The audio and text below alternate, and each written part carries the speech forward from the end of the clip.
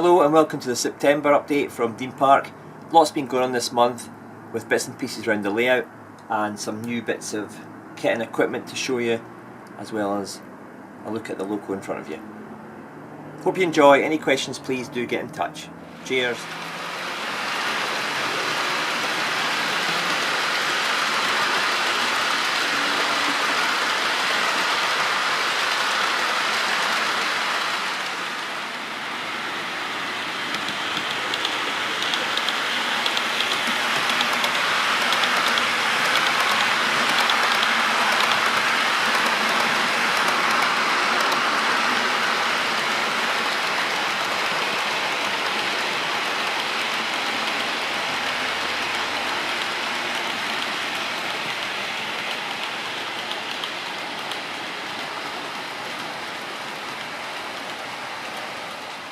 The area I'll focus on first in this update is this area here, which I've been working on for some time now. I'm trying to just tie it all together and finalise it, and that's the kind of cutting area next to the TMD. I've been adding some scenic materials, earth coloured paints, and on top of that I've used Woodland Scenic soil and earth scatters with some of their loose ballast. I've also added in some late fall and early fall static grasses in 6 and 4mm in kind of tufts. I've then gone for some of the Woodland Scenic's underbrush in olive green and light green, and I've added some other bits and pieces here just to kind of lift the scene and the materials. I've not gone overboard with the bushes and trees because it's an area that's kind of set into a cutting. It might not get as much of the sun as another area that's, you know, fully above ground, if you like, so it's more sparse and it's deliberately done so. I've also added some modern speed signs there that would appear from the 80s onwards, and the dapple masts have been put in. I've left the spacing to the exact dimensions to fit overhead wires if required from the dapple or the pico ranges. However, it's emphasised the problem with putting overhead wires into a small space like this. I've got 5 masts, most of which you can see on the screen, and if I did put the wires in, it would almost make train recovery or track cleaning by hand an impossibility.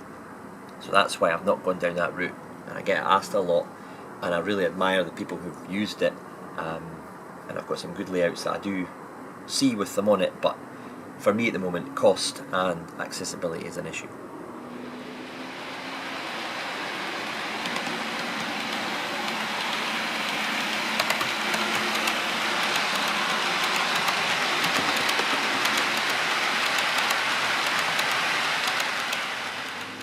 I'm just going to show you the platform that I've used. These are a scale model scenery Warley box platform, and they're great kits. You get them in a kind of triple pack, if you like, where you've got the small, medium or large, and you get alternative packs. These are really great. I mean, this is the first attempt that anyone's had at making them, and they're spot on. I really like them, and I'll be using them a lot more in my layout. The reason I've used it in the cutting area is to take the Warley boxes away from the kind of track a little bit, to give, it's quite limited clearance, and it gives the track workers more safety. What you'll also notice is these wires there. I've attached cables, and that will simulate the cables coming from the trunking up into the relay boxes, and when that's fixed down the track, these go into the actual T-piece in the cable trunking. They make the thing bounce a little bit just now because I've not glued it down. I've also got my relay boxes that I've shown many times before, and I've got this one open just the same as I've had at the S&T facility, and I've given it a good weathering, some rust around the hinges and whatever, and the vents, and just general griming using Humbrol weathering powders, just with a quick seal of matte varnish out of aerosol just to kind of seal all the powders in place. And there's a single one as well, and they will go on there, and there'll be a worker there working away on the relay box, which I've got an interior for, which I almost forgot. Take that one off there, pop that interior there. This is where it doesn't work. Come on, there we go. There's the interior.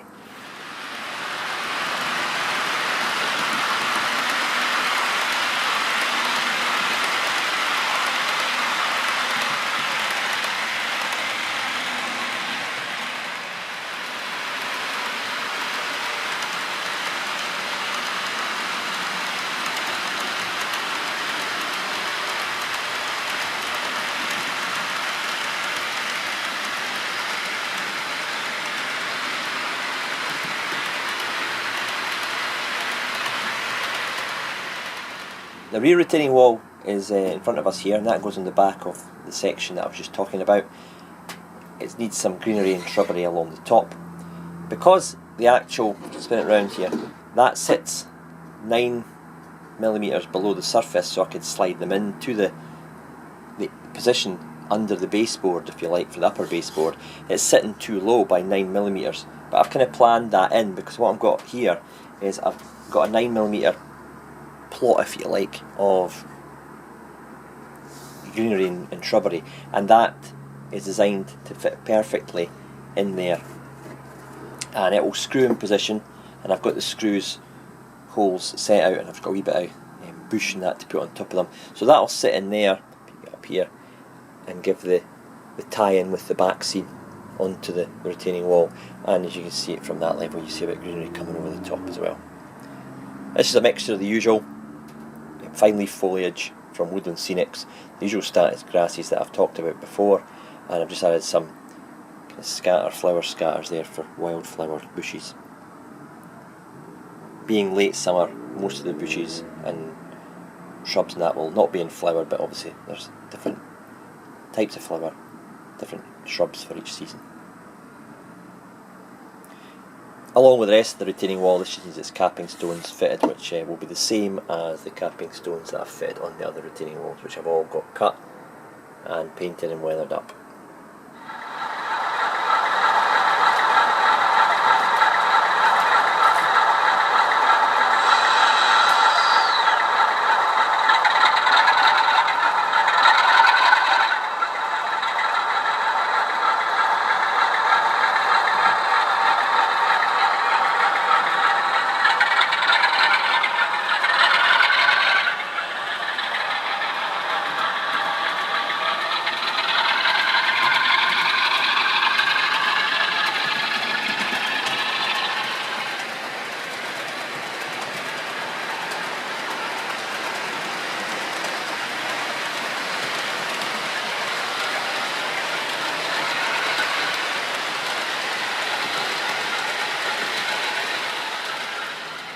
There's the rear wall in place now, and it ties in nicely with the scenic material at the bottom of the wall and the vegetation and bushes at the top.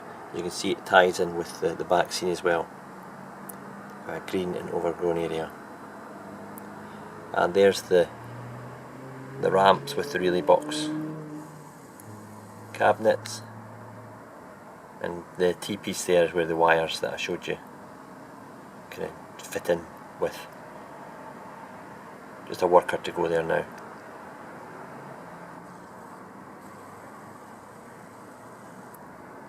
I've also got here, I had a gap between the existing upper section and the wall.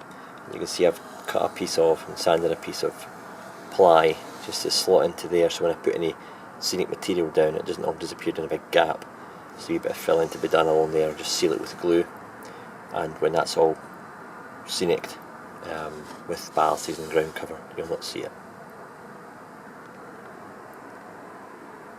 Just the capping to do.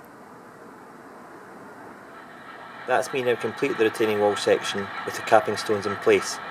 At some points I've had to cut them round other stones there to get them to fit neatly without any exposed edges.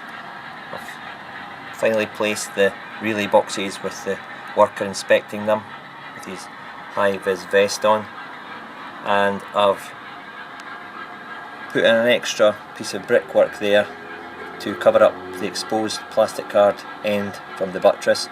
I knew I was going to have to do that, but I was waiting to see how it all panned out, and it ties in quite nicely. Everything here has been scratch built with the frame of the walls, and I've covered it in previous updates. You might want to look back at that, but I've learnt a lot from making the tunnel mouths. The structures, they can be removed and withdrawn from the layout by removing the panel above and just sliding them out,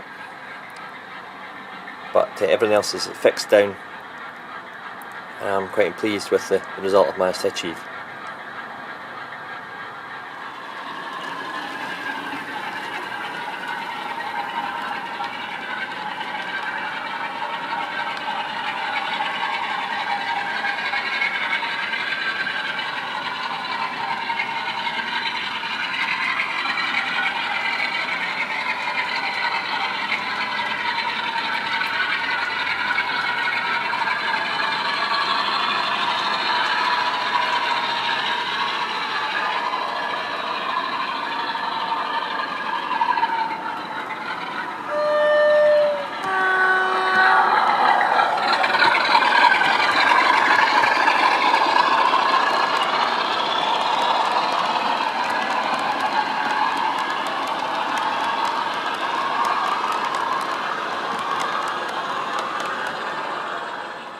going to do a few shout outs this month. The first shout out is to Dudley Central. Joe's done a really good job down there of making great use of card and plastic kits in a modern era layout, and it's kind of based on early privatisation to the current day.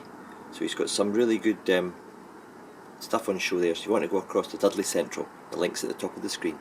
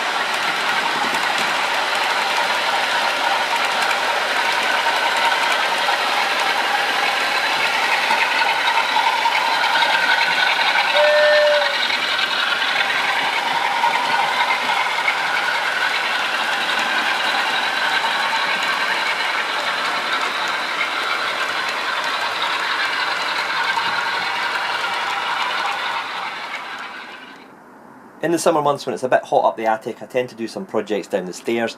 This year I've been making material loads for the building site and our builders merchants that I'm planning on putting on the layout. I'll just quickly take around some of the items.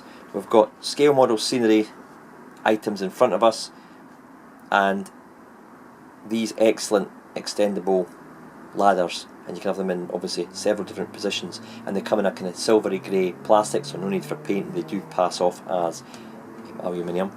We've got these timber loads which are really good. I like them, easy to make up and, you know, personalised. For example, there's one there that's been kind of partly used, so its planks are missing from the top, and you can stack them because they have these wee kind of shims on the bottom, so you can also get the forklift in there to lift them. So that's the timber loads, I really like them. You then got the breeze block loads, which are MDF. You glue the bits of MDF together, and then you put the wraps around them, and again, ideal for a building site. Same kind of construction with these covered timber loads, really nice, like polythene that you would find on them to obviously keep the water out, and they have the shims on the bottom, so they sit up. Nice bit of detail there, just bits of MDF glued together, and then the paper wraps round. Got these 3D printed rain pipes with the laser cut kind of support strapping. A couple of them in a pack, they're really nice. Celtex or Cellutex insulation board. We've even got a bit of bottom detail there, and they'll go well in the builders merchants.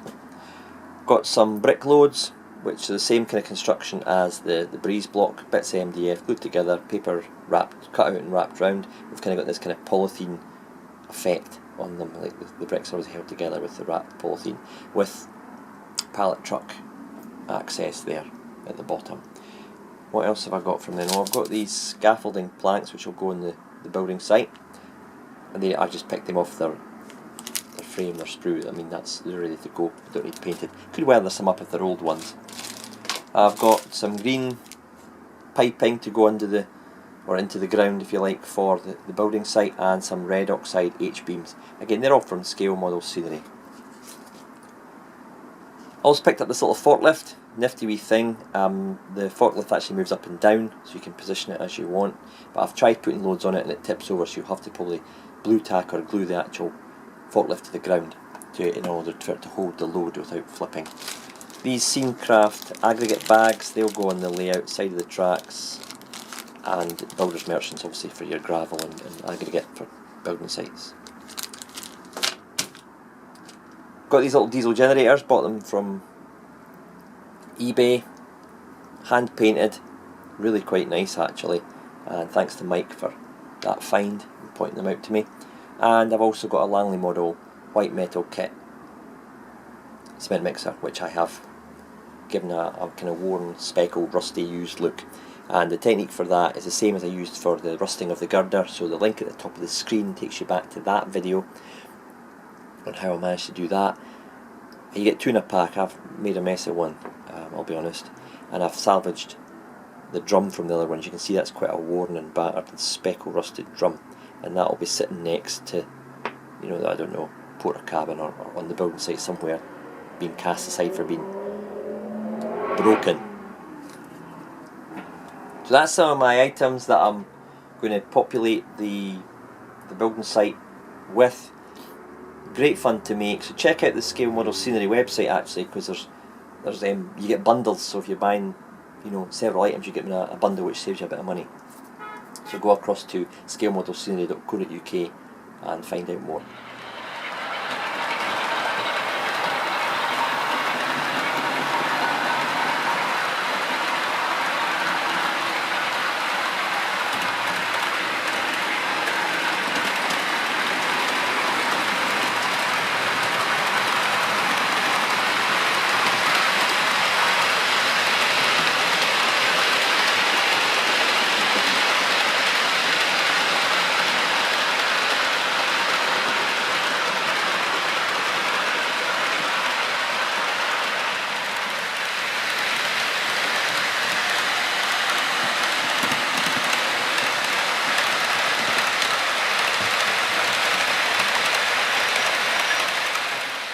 My second shout out is to Tinsley TMD and Yard. That's a massive kind of yard layout he's got down there, and it's based on really BR blue through to sectorisation. If you want to see an impressive array of locos in different stages of livery and construction and condition, then head over to Tinsley TMD and Yard, and the link's at the top of the screen.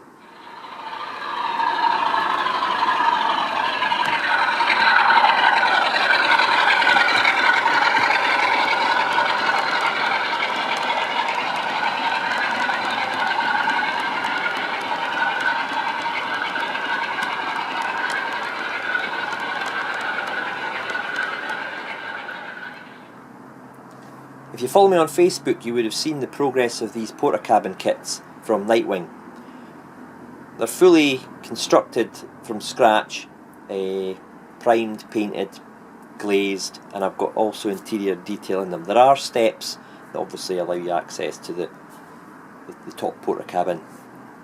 I kind of gave it a mix of white and Humbrol 64 light grey, just to give it an off-white, if you like, finish. I was working from photographs here, and then I took a dark grey and airbrushed it. I had to do a bit of masking to get obviously nice cleanages between the light and the dark greys, and I painted around the rims of the windows as well, which I might see if I can zoom in, and the same with the frame of the door.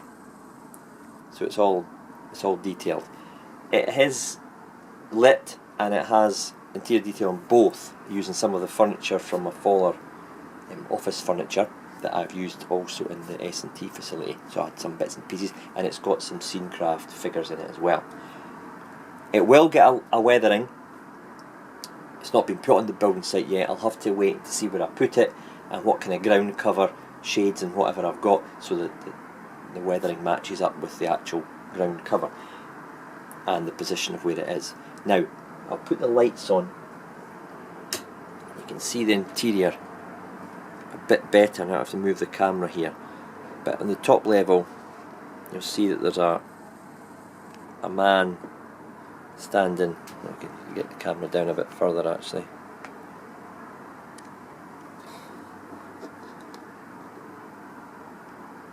A man standing with a set of plans, and there's the red box at the back, in which is the safety fire box thing with fire equipment in it, a fire blanket. The desk there with a map, actually a floor plan of a house. It's a telephone on the desk.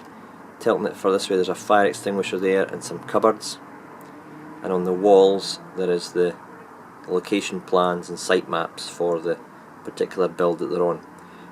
Bottom one is more storage. It's got filing cabinets and the same safety equipment, fire extinguishers and whatnot. That's more of a storage room. The top one's more of the foreman's porter cabin, and at the very end, if the power doesn't cut out because my wiring's just temporary, there is a guy having a cup of tea overlooking the site. Obviously his wires will be fed into the baseboard and hidden on when it's put on the building site, but I've not decided where it's going exactly yet.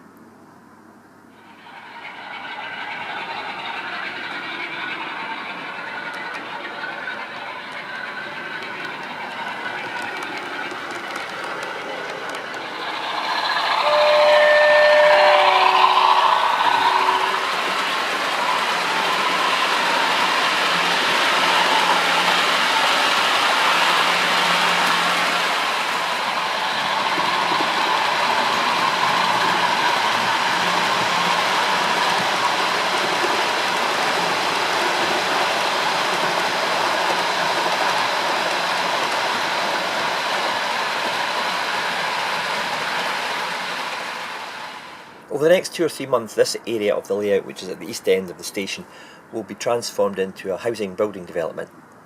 And I've got a series of Bachmann Scenecraft resin models, 2 bungalows and a 2-storey house, one that you can see there on the plot, and I'm going to build the whole site around about those 3 houses.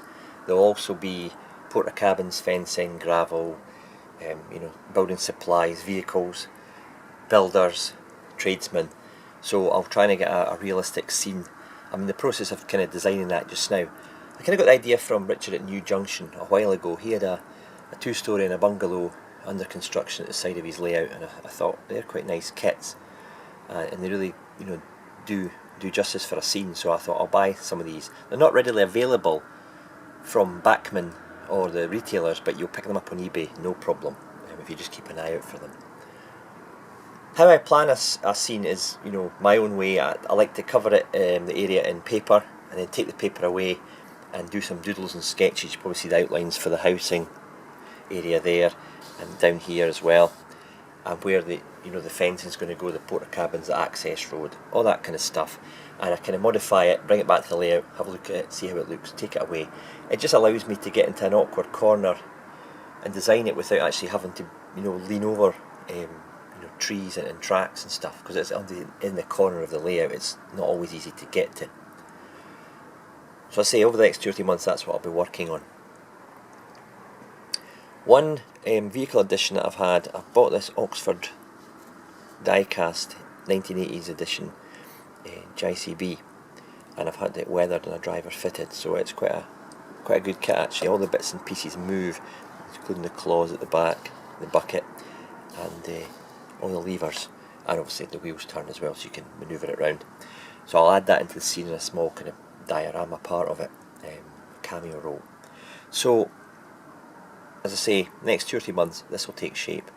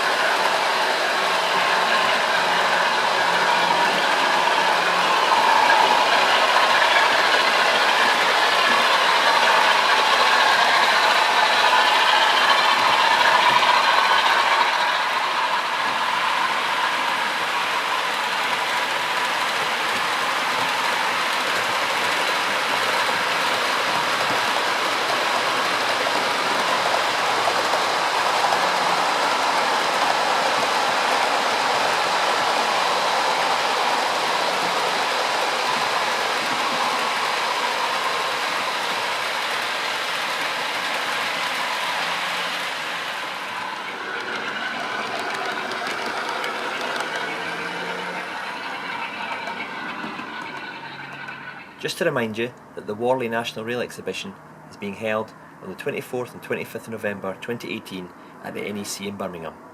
You can go online and book tickets, or turn up and pay on the day.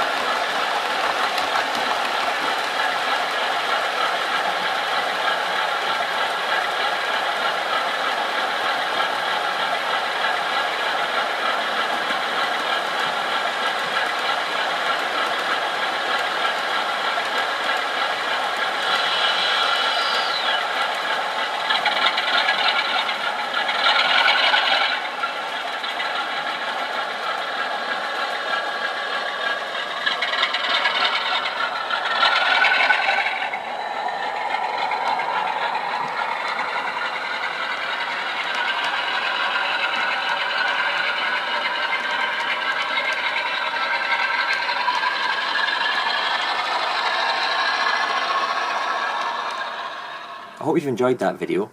If you have, why not check out one of my earlier videos? Or if you'd like something from the Network South East region, click on Richard from Everard Junction. The links are on the screen.